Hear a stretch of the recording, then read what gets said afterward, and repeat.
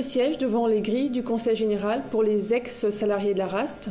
Plus de 40 personnes se relaient nuit et jour dans l'attente de décisions de justice.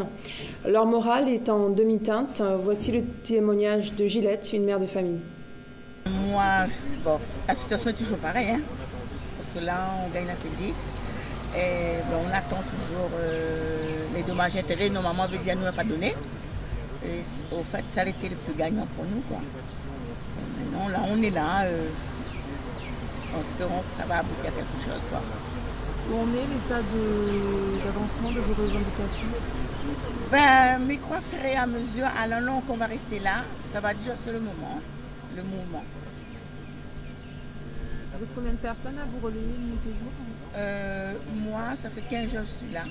Alors, à un moment donné, je voulais craquer un peu. Il fallait m'évanouir un peu à la maison.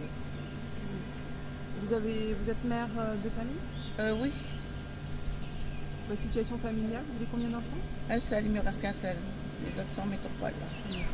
Je crois que vous avez reçu le soutien de la Ligue des droits de l'homme. Vous pouvez m'en parler un Oui. petit peu? De quelle manière ils sont présents ici devant le Conseil général? Ils sont très touchés aussi. Hein. Vous êtes de quelle manière? On a fait une négociation entre Voilà. le Conseil général avec la GS et tout. Voilà. Plus de 2 ans maintenant que 700 des 1200 personnes licenciées subissent les renvois successifs devant les tribunaux afin d'obtenir leur indemnité de licenciement. Paul Junot, secrétaire général CFTC, nous donne son éclairage sur les tentatives de médiation avec les parties prenantes.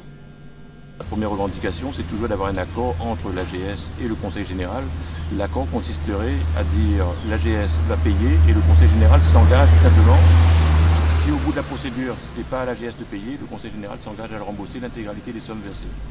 Aujourd'hui, on a une fin de non-recevoir avec la présidente du Conseil général et nous attendons de voir des avancées sur la médiation pour remettre l'ensemble des partenaires concernés autour de la table, c'est-à-dire l'AGS, le Conseil général, une délégation des ex-ARAS et puis sous la supervision de la préfecture ainsi que donc, le médiateur, la Ligue des droits de l'homme, s'est impliqué, qui s'est engagé pour essayer de faire avancer le dossier.